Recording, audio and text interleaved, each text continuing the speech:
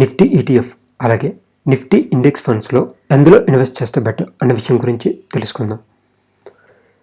ఈ Nifty index యొక్క ETF లేదా మ్యూచువల్ ఫండ్స్లో ఉన్న బెనిఫిట్ ఏంటంటే, మన నిఫ్టీ ఇండెక్స్లో ఉన్న కంపెనీస్ యొక్క వెయిటేజ్ ప్రకారమే ఈ ఈటీఎఫ్స్ లేదా మ్యూచువల్ ఫండ్స్ అంటే ఇక్కడ ఇండెక్స్ ఫండ్స్లో ఇన్వెస్ట్ చేయాల్సి ఉంటుంది. సపోజ్ మీరు చూడండి, ఇక్కడ నిఫ్టీ 50లో ఉన్న టాప్ 10 కంపెనీస్ ఇక్కడ మీకు కనిపిస్తున్నాయి. ఇక్కడ రిలయన్స్ ఇండస్ట్రీస్ యొక్క వెయిటేజ్ వచ్చి 12.94 ఉంది. హెచ్డిఎఫ్సి బ్యాంక్ యొక్క వెయిటేజ్ వచ్చి 8.55% ఉంది నిఫ్టీ 50 ఇండెక్స్లో.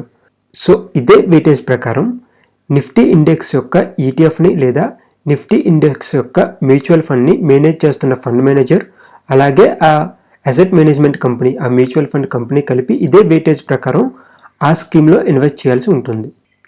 మిగతా మ్యూచువల్ ఫండ్స్తో పోలిస్తే ఈ ఇండెక్స్ ఫండ్స్లో ఇన్వెస్ట్ చేయడం అనేది చాలా సేఫ్ ఆప్షన్గా మనం భావించవచ్చు. అయితే ఇక్కడ మనకి ఒక ప్రాబ్లం వస్తుంది. అదేంటంటే ఈటీఎఫ్లో ఇన్వెస్ట్ చేయాలా లేదా ఇండెక్స్ ఫండ్స్లో ఇన్వెస్ట్ చేయాలా అన్నది. అయితే ఇప్పుడు రెండింటి మధ్య ఉన్న డిఫరెన్స్ అయితే ఏంటి అనేది చూద్దాం. ఈటీఎఫ్ అంటే ఏంటి అంటే మ్యూచువల్ ఫండే స్టాక్ మార్కెట్లో కానీ ట్రేడ్ అయితే దాన్ని ఎక్స్చేంజ్ ట్రేడెడ్ ఫండ్ అంటాం. దీన్ని మనం షేర్ లాగా కొనొచ్చు, అమ్మచ్చు. అయితే ఈ ఈటీఎఫ్స్ కొనాలి అంటే మనకి ఖచ్చితంగా డీమ్యాట్ అకౌంట్ అయితే ఉండాలి. మ్యూచువల్ ఫండ్స్ కొనాలంటే మనకి డీమ్యాట్ అకౌంట్ అక్కర్లేదు. మనం ఆ మ్యూచువల్ ఫండ్ కంపెనీకి సంబంధించిన వెబ్సైట్లో కానీ లేదా చాలా యాప్స్ అందుబాటులో ఉన్నాయి, వాటిలో కానీ మనం ఈ మ్యూచువల్ ఫండ్లో ఇన్వెస్ట్ చేయొచ్చు. అయితే ఇప్పుడు ఈ ఈటీఎఫ్స్కి అలాగే ఈ ఇండెక్స్ మ్యూచువల్ ఫండ్స్కి ఉన్న కొన్ని బేసిక్ డిఫరెన్సెస్ ఏంటి అనేవి తెలుసుకుందాం. మీరు ఇక్కడ చూడండి, ఫస్ట్ డీమ్యాట్ అకౌంట్. ఈటీఎఫ్ కొనాలి లేదా అమ్మాలి అంటే డీమ్యాట్ అకౌంట్ అయితే ఖచ్చితంగా ఉండాలి. ఇండెక్స్ ఫండ్స్కి అయితే అక్కర్లేదు. నెక్స్ట్ ఎక్స్పెన్స్ రేషియో అంటే ఛార్జెస్, అంటే ఆ ఫండ్ మేనేజ్ చేస్తున్నందుకు ఆ కంపెనీ వాళ్ళు తీసుకునే ఛార్జెస్. మనకి నిఫ్టీ ఈటీఎఫ్లో చాలా తక్కువ ఎక్స్పెన్స్ రేషియో ఉంటుంది. ఇండెక్స్ ఫండ్లో వీటితో పోలిస్తే కొంచెం ఎక్కువ ఉంటుంది. బట్ వేరే మ్యూచువల్ ఫండ్స్తో అంటే వేరే యాక్టివ్ మ్యూచువల్ ఫండ్స్ ఉంటాయి కదా, వాటితో పోలిస్తే ఇండెక్స్ ఫండ్లో ఉన్న ఎక్స్పెన్స్ రేషియో కూడా చాలా తక్కువే. బట్ ఈ ఈటీఎఫ్స్తో పోలిస్తే కొంచెం ఎక్కువ అనమాట. Next SIP. మనం ఎస్ఐపి చేసుకోవాలి అనుకుంటే ఈటీఎఫ్స్లో మనం చేసుకోలేం. కానీ ఇండెక్స్ ఫండ్లో అయితే మనం ఒక ఎస్ఐపి పర్టికులర్ డేట్ని కానీ ఫిక్స్ చేస్తే అదే డేట్న ఎవ్రీ మంత్ మన బ్యాంక్ అకౌంట్ నుంచి అమౌంట్ డిడక్ట్ అయ్యి ఆ మ్యూచువల్ ఫండ్ యొక్క యూనిట్స్ అయితే మనకి పర్చేస్ అవుతూ ఉంటాయి. బట్ ఈ ఈటీఎఫ్స్లో అలా కాదు. మనం ఏంటంటే మనకు నచ్చినప్పుడు మనం ఇన్వెస్ట్ చేస్తూ ఉండాలి. మీరు ఎస్ఐపి చేసుకోవాలంటే ఆ డేట్ మీరు గుర్తుంచుకొని మీరు మీ డీమ్యాట్ అకౌంట్లోకి లాగిన్ అయ్యి పర్చేస్ చేయాల్సి ఉంటుంది. బట్ ఈ ఇండెక్స్ మ్యూచువల్ ఫండ్లు ఏంటంటే అదంతా ఆటోమేటిక్గా చేసేసుకోవచ్చు. Next brokerage charges. ఈ ఈటీఎఫ్స్ అనేవి స్టాక్ మార్కెట్లో ట్రేడ్ అవుతాయి కాబట్టి మనకి డీమ్యాట్ అకౌంట్ ఉండాలి కాబట్టి బ్రోకరేజ్ ఛార్జెస్ మనం పే చేయాల్సి ఉంటుంది. అదే ఇండెక్స్ ఫండ్స్కి అయితే మనం బ్రోకరేజ్ ఛార్జెస్, ఎటువంటి బ్రోకరేజ్ ఛార్జెస్ కూడా పే చేయక్కర్లేదు. కానీ ఇప్పుడు జిరోదా లేదా అప్స్టాక్స్ వంటి డిస్కౌంటెడ్ బ్రోకర్స్ వచ్చిన తర్వాత ఈ బ్రోకరేజ్ ఛార్జెస్ కూడా చాలా తగ్గాయి. ఈ బ్రోకరేజ్ ఛార్జెస్తో పాటు మనం యాన్యువల్ మెయింటెనెన్స్ ఛార్జెస్ కూడా డీమ్యాట్ అకౌంట్కి పే చేయాల్సి ఉంటుంది. సపోజ్ జిరోదా ఉందనుకోండి, $300 ప్లస్ 18% జీఎస్టీ ఎవ్రీ ఇయర్ మనం జిరోదాకి పే చేయాల్సి ఉంటుంది మనం డీమ్యాట్ అకౌంట్ని వాడుకున్నందుకు. నెక్స్ట్ ట్రేడబిలిటీ. అంటే ఈ ఈటీఎఫ్స్ నుంచి మనం మార్కెట్ అవర్స్లో అంటే ఉదయం 9:15 నుంచి సాయంత్రం 3:20 మధ్యలో మనం ఎప్పుడైనా కొనవచ్చు, అమ్ముకోవచ్చు. ఒకవేళ మార్కెట్ పడిపోయింది అనుకోండి, వెంటనే మనం ఈ ఈటీఎఫ్స్ని కొనుక్కోవచ్చు. లేదు మార్కెట్ పెరిగింది అనుకోండి, మనం ఈటీఎఫ్స్ని అమ్మేయవచ్చు. కానీ ఇండెక్స్ ఫండ్స్లో అలా కాదు. మనం ఆ రోజుకు సంబంధించిన వాల్యూ ప్రకారం మనకి ఆ మ్యూచువల్ ఫండ్ యూనిట్స్ రావాలి అనుకుంటే సాయంత్రం 3 గంటల లోపు మనం పర్చేస్ రిక్వెస్ట్ అయితే చేయాల్సి ఉంటుంది. ఒకవేళ 3 దాటిపోయిన తర్వాత కానీ మీరు పర్చేస్ చేసినట్లయితే నెక్స్ట్ డే ఎన్ఏవి వాల్యూ ప్రకారం మీకు ఆ మ్యూచువల్ ఫండ్ యూనిట్స్ అయితే అలాట్ చేయబడతాయి. కానీ ఈటీఎఫ్స్లో అయితే అలా కాదు. మీరు లైవ్లో ప్రైసెస్ చూస్తుంటారు కాబట్టి మీకు నచ్చిన ప్రైస్ దగ్గర అయితే మీరు ఈటీఎఫ్స్ని కొనుక్కోవచ్చు.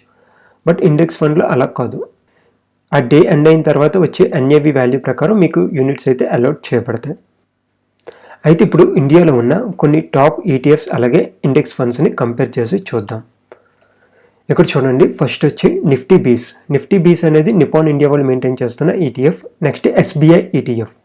దీని కోడ్ వచ్చేది సెటఫ్ NIF 50 అనేది. మీరు జిరోదాలో ఈ కోడ్ కొడితే మీకు జిరోదా లేదా అప్స్టాక్స్లో ఈ కోడ్ కొడితే మీరు ఈటీఎఫ్ని కొనొచ్చు లేదా అమ్మొచ్చు.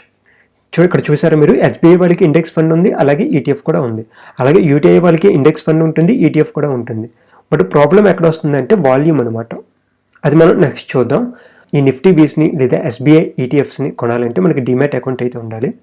అదే యూటీఐ ఇండెక్స్ ఫండ్ లేదా ఎస్బీఐ నిఫ్టీ ఇండెక్స్ ఫండ్లో ఇన్వెస్ట్ చేయాలంటే డిమాట్ అకౌంట్ అయితే మనకి అక్కర్లేదు. ఎక్స్పెన్స్ రేషియో చూస్తే మనకి నిఫ్టీ బీస్కి వచ్చి 0.05% ఉంది. ఎస్బీఐ ఈటీఎఫ్కి అయితే 0.07% ఉంది. అలాగే యూటీఐ నిఫ్టీ ఇండెక్స్ ఫండ్కి అయితే 0.21% ఉంది. ఎస్బీఐ నిఫ్టీ ఇండెక్స్ ఫండ్కి అయితే 0.18% ఉంది. ఈటీఎఫ్స్తో పోలిస్తే ఇండెక్స్ ఫండ్స్ యొక్క ఎక్స్పెన్స్ రేషియో కొంచెం ఎక్కువ. బట్ మనం అదే యాక్టివ్ మ్యూచువల్ ఫండ్స్ కానీ చూసుకున్నాం అనుకోండి, సపోజ్ యాక్సిస్ బ్లూ చిప్ అయినా అలాంటి మ్యూచువల్ ఫండ్స్ అంటే ఎక్కడైతే ఫండ్ మేనేజర్ తనకు నచ్చిన షేర్స్లో ఇన్వెస్ట్ చేస్తాడో అలాంటి దగ్గర మనకి ఎక్స్పెన్స్ రేషియో ఎక్కువ ఉంటుంది. 1% ఉండొచ్చు, 1.5 ఉండొచ్చు, 2% ఉండొచ్చు. బట్ ఇండెక్స్ ఫండ్లో ఈ ఎక్స్పెన్స్ రేషియో అనేది చాలా తక్కువ ఉంటుంది. నెక్స్ట్ వచ్చి ఇక్కడ ఎస్ఐపి ఆప్షన్ చూడండి. నిఫ్టీ బీస్లో అలాగే ఈ ఎస్బీఐ ఈటీఎఫ్లో మనం ఎస్ఐపి చేయాలనుకుంటే మన డేట్ను గుర్తుపెట్టుకొని మనమే డిమాట్ అకౌంట్లోకి లాగిన్ కొనాల్సి ఉంటుంది. అదే ఇండెక్స్ ఫండ్స్లో అనుకోండి, యూటీఐ అయినా ఎస్బీఐ అయినా ఆ మ్యూచువల్ ఫండ్ కంపెనీలో మనం ఎస్ఐపి డేట్ని ఫిక్స్ చేసేస్తే ఎవ్రీ మంత్ అదే డేట్కి మనకి ఎస్ఐపి అయిపోతుంది. లేదు మీరు జిరోదా కాయిన్ కానీ గ్రో యాప్లో కూడా మీరు ఎస్ఐపి చేసుకోవచ్చు. బట్ ఈటీఎఫ్స్ కోసం అయితే మాత్రం మీరు ఖచ్చితంగా షేర్స్ ఎలాగైతే కొంటారో ఈటీఎఫ్స్ని కూడా అలాగే కొనాల్సి ఉంటుంది. Next total assets. ఇప్పుడు ఒక్కొక్క ఈటీఎఫ్ లేదా ఇండెక్స్ ఫండ్లో ఎంతెంత అమౌంట్ ఇన్వెస్ట్ చేసి ఉంది అంటే ఈ రోజుటి వరకు నిఫ్టీ బీస్లో 8,707 కోట్లు, ఎస్బీఐ ఈటీఎఫ్లో 1,22,898 కోట్లు, యూటీఐ నిఫ్టీ ఇండెక్స్ ఫండ్లో 7,068 కోట్లు, ఎస్బీఐ నిఫ్టీ ఇండెక్స్ ఫండ్లో 2,417 కోట్లు ఇన్వెస్ట్ చేసి అయితే ఉంది. అన్నిటికన్నా ఈ ఎస్బీఐ ఈటీఎఫ్లో ఎక్కువ అమౌంట్ ఎందుకు ఉంది అంటే మనం ఈపీఎఫ్లో ఇన్వెస్ట్ చేసిన అమౌంట్ వాళ్ళు ఈ ఎస్బీఐ ఈటీఎఫ్లో తిరిగి ఇన్వెస్ట్ చేస్తారు. సో మనకి ఎస్బీఐ ఈటీఎఫ్లో ఎక్కువ అమౌంట్ అయితే మనకి చూపిస్తుంది. నెక్స్ట్ లిక్విడిటీ అంటే మనం అమ్మేటప్పుడు కొనేటప్పుడు ఎంత ఈజీగా అమ్మగలుగుతున్నాం లేదు కొనగలుగుతున్నాం అన్నదాని గురించి. నిఫ్టీ బీస్ వచ్చి మనకి ఎక్కువ వాల్యూమ్లో ట్రేడ్ అవుతుంది కాబట్టి షేర్ మార్కెట్లో ఇది మనం ఈజీగా కొనవచ్చు, అమ్మవచ్చు.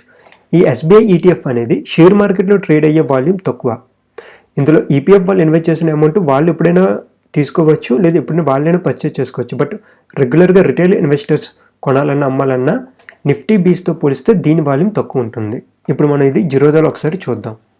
మీరు ఇక్కడ చూడండి, నేను ఇండియాలో ఉన్న కొన్ని ఈటీఎఫ్స్ని అయితే ఇక్కడ ఈ వాచ్ లిస్ట్కి అయితే యాడ్ చేశాను. నిఫ్టీ బీస్ అనేది నిపాన్ ఇండియా వాళ్ళు మేనేజ్ చేస్తున్న ఈటీఎఫ్. నిఫ్టీ 50 ఇండెక్స్కి సంబంధించి సెటఫ్ ఎన్ఐఎఫ్ 50 అనేది ఎస్బీఐ వాళ్ళ ఈటీఎఫ్. ఐసిఐసిఐ నిఫ్టీ అనేది ఐసిఐసిఐ మ్యూచువల్ ఫండ్ వాళ్ళు మెయింటైన్ చేస్తున్నది. జమియాన్ 50 ఈటీఎఫ్ అనేది మిరై అసెట్ వాళ్ళు మెయింటైన్ చేస్తున్నది. ఈ యూటీఐ ఎన్ఐఎఫ్టీ ఈటీఎఫ్ అనేది యూటీఐ మ్యూచువల్ ఫండ్ వాళ్ళు మేనేజ్ చేస్తున్న ఈటీఎఫ్. ఇక్కడ మీరు చూస్తే ప్రతి మ్యూచువల్ ఫండ్ కంపెనీ వాళ్ళకి కూడా ఒక ఈటీఎఫ్ ఉంది ఈ నిఫ్టీ 50 ఇండెక్స్కి సంబంధించి. అయితే ఇక్కడ మనం చూడాల్సింది వాల్యూమ్. మీరు ఇక్కడ నిఫ్టీ బీస్కి చూస్తే 20 లక్షల పైన అయితే వాల్యూమ్ ఉందంటే 20 లక్షల కన్నా ఎక్కువ ఈ నిఫ్టీ బీస్ షేర్స్ వచ్చి ట్రేడ్ అవుతున్నాయి. సో ఇవి కొనాలన్నా అమ్మాలన్నా మనకు ప్రాబ్లం ఉండదు. మీకు దగ్గర ఎక్కువ అమౌంట్లో ఒక 10 లక్షలు, 20 లక్షలు, 30 లక్షలు ఉన్నా సరే మీరు ఈజీగా మార్కెట్ అవర్స్లో అమ్మేయవచ్చు. అదే మీరు ఈ ఎస్బీఐ ఈటీఎఫ్లో చూస్తే దీని వాల్యూమ్ ఎంత ఉంది అంటే 2 లక్షల పైన ఉంది. అంటే ఇది నిఫ్టీ బీస్తో పోలిస్తే కొంచెం తక్కువ. ఇలాంటి దగ్గర కానీ మీరు ఎక్కువ అమౌంట్లు కానీ ఇన్వెస్ట్ చేస్తే మీరు అమ్మేటప్పుడు అయితే మీకు ప్రాబ్లం అవుతుంది. అదే మీరు ఐసిఐసిఐ ఈటీఎఫ్లో చూస్తే ఎక్కడ వాల్యూమ్ చూడండి 1,00,000 ఉంది. అలాగే మిరై అసెట్లో మీరు చూస్తే దీని వాల్యూమ్ చూడండి 6,000 మాత్రమే ఉంది. అంటే ఇలాంటి దగ్గర ఏంటంటే మీరు ఒకవేళ కొనేసినా అమ్మేటప్పుడు మీకు ప్రాబ్లం అవుతుంది. అది యూటీఐలో చూస్తే దీని వాల్యూమ్ వచ్చి 853 మాత్రమే ఉంది. అంటే కేవలం 853 షేర్స్ మాత్రమే ట్రేడ్ అవుతున్నాయి ప్రజెంట్ మార్కెట్ అవర్స్లో. కాబట్టి మీరు ఎప్పుడైనా ఈటీఎఫ్లో ఇన్వెస్ట్ చేయాలనుకుంటే నిఫ్టీ బీస్ బెస్ట్ ఆప్షన్. ఎందుకంటే ఇక్కడ వాల్యూమ్ ఎక్కువ ఉంది కాబట్టి మీరు ఎంత ఎక్కువ అమౌంట్ కొన్నా మీరు ఎప్పుడైనా మీకు అవసరం ఉంటే వెంటనే వాటిని అమ్మేయగలరు. దాని తర్వాత మీకు ఎస్బీఐ ఈటీఎఫ్ ఉంది. బట్ నిఫ్టీ బీస్ అయితే బెస్ట్ ఆప్షన్ ఈటీఎఫ్కి సంబంధించి. అదే మీకు ఈ ఇండెక్స్ మ్యూచువల్ ఫండ్స్లో అయితే ఈ వాల్యూమ్ ప్రాబ్లం ఉండదు. మీకు ఎప్పుడు కావాలంటే అప్పుడు మీరు రిడెంప్షన్ చేసుకోవచ్చు. మీరు రిడెంప్షన్ రిక్వెస్ట్ చేసిన 2 నుంచి 3 రోజుల్లో మీ అమౌంట్ మీ బ్యాంక్ అకౌంట్లో అయితే క్రెడిట్ చేయబడుతుంది. ఒకవేళ మీరు రిడెంప్షన్ చేసేటప్పుడు కూడా ఆ రోజుటి ఎన్ఏవి మీకు రావాలంటే ఇంతకుముందు చెప్పినట్లుగా మీరు సాయంత్రం 3 గంటల లోపు మీ రిక్వెస్ట్ అయితే చేయాల్సి ఉంటుంది. ఇక్కడ ఎన్ఏవి అంటే నెట్ అసెట్ వాల్యూ. ప్రతి మ్యూచువల్ ఫండ్ యూనిట్కి ఒక నెట్ అసెట్ వాల్యూ ఉంటుంది. మనం షేర్ మార్కెట్లో చూస్తే ప్రతి షేర్కి ఒక ప్రైస్ ఉన్నట్లే ప్రతి మ్యూచువల్ ఫండ్ యూనిట్కి ఒక ఎన్ఏవి వాల్యూ ఉంటుంది. షేర్ మార్కెట్ పెరిగితే ఆ ఎన్ఏవి వాల్యూ పెరుగుతుంది. షేర్ మార్కెట్ తగ్గితే ఆ ఎన్ఏవి వాల్యూ తగ్గుతుంది. ఇక్కడ షేర్ మార్కెట్ అంటే మనం ఇండెక్స్ ఫండ్ గురించి మాట్లాడుతున్నాం కాబట్టి నిఫ్టీ 50 ఇండెక్స్ పెరిగితే ఎన్ఏవి వాల్యూ పెరుగుతుంది. ఒకవేళ నిఫ్టీ 50 ఇండెక్స్ తగ్గితే ఆ ఎన్ఏవి వాల్యూ తగ్గుతుంది. ఒకవేళ ఈ రోజు కానీ 2% కానీ నిఫ్టీ పడిపోయింది అనుకోండి, అదే రోజు కానీ మనం రిడెంప్షన్ చేసామనుకోండి 3 లోపు, ఆ 2% మనం ఇన్వెస్ట్ చేసిన వాల్యూ మీదే తగ్గిపోతుంది. అదే మనం కొనుక్కున్నాం అనుకోండి 2% తగ్గింది కాబట్టి మనకి 2% మన ఎన్ఏవి వాల్యూ మీద తగ్గి మనకి ఎక్కువ యూనిట్లు వస్తాయి.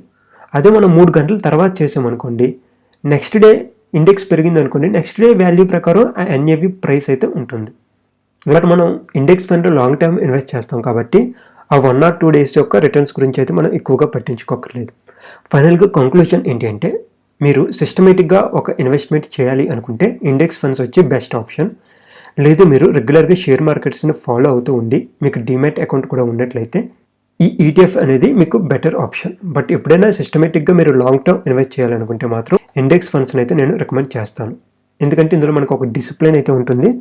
ఈ ఈటీఎఫ్స్లో ఇన్వెస్ట్ చేయడం వల్ల ఏంటంటే మనం డీమ్యాట్ అకౌంట్ ఓపెన్ చేసినప్పుడల్లా మన రిటర్న్స్ బట్టి ఒకవేళ ప్రాఫిట్ వస్తే మనకు అమ్మేయాలనిపిస్తుంది. అదే మనకి ఇండెక్స్ ఫండ్లో అయితే మనం రెగ్యులర్గా చూడడం కాబట్టి మనకు డిసిప్లిన్గా అయితే ఉండొచ్చు. సో ఫైనల్గా మీరే ఒక డెసిషన్ తీసుకోవాలి మీ రిక్వైర్మెంట్ బట్టి, ఈటీఎఫ్లో ఇన్వెస్ట్ చేయాలా లేదా ఇండెక్స్ ఫండ్స్లో ఇన్వెస్ట్ చేయాలా అన్న దాని గురించి. ఇంకా బెస్ట్ ఆప్షన్ ఏంటంటే ఈ రెండిట్లో కూడా ఇన్వెస్ట్ చేసుకుంటూ ఉండడం. మీరు ఇండెక్స్ మ్యూచువల్ ఫండ్స్లో ఎస్ఐపి చేసుకుంటూ మార్కెట్ బాగా తగ్గిపోయినప్పుడల్లా ఈ నిఫ్టీ బీస్ని లేదా ఈ నిఫ్టీ ఈటీఎఫ్స్ని మీ డిమాట్ అకౌంట్లో ఇన్వెస్ట్ చేస్తూ ఉండటం. ఇది నిఫ్టీ ఇండెక్స్ యొక్క ఈటీఎఫ్స్కి అలాగే ఇండెక్స్ మ్యూచువల్ ఫండ్స్కి మధ్య ఉన్న డిఫరెన్స్. ఒకవేళ ఈ వీడియో మీకు నచ్చినట్లయితే ఈ వీడియోని లైక్ చేయండి, అలాగే ఈ ఛానల్ని సబ్స్క్రైబ్ చేసుకోండి. Thank you.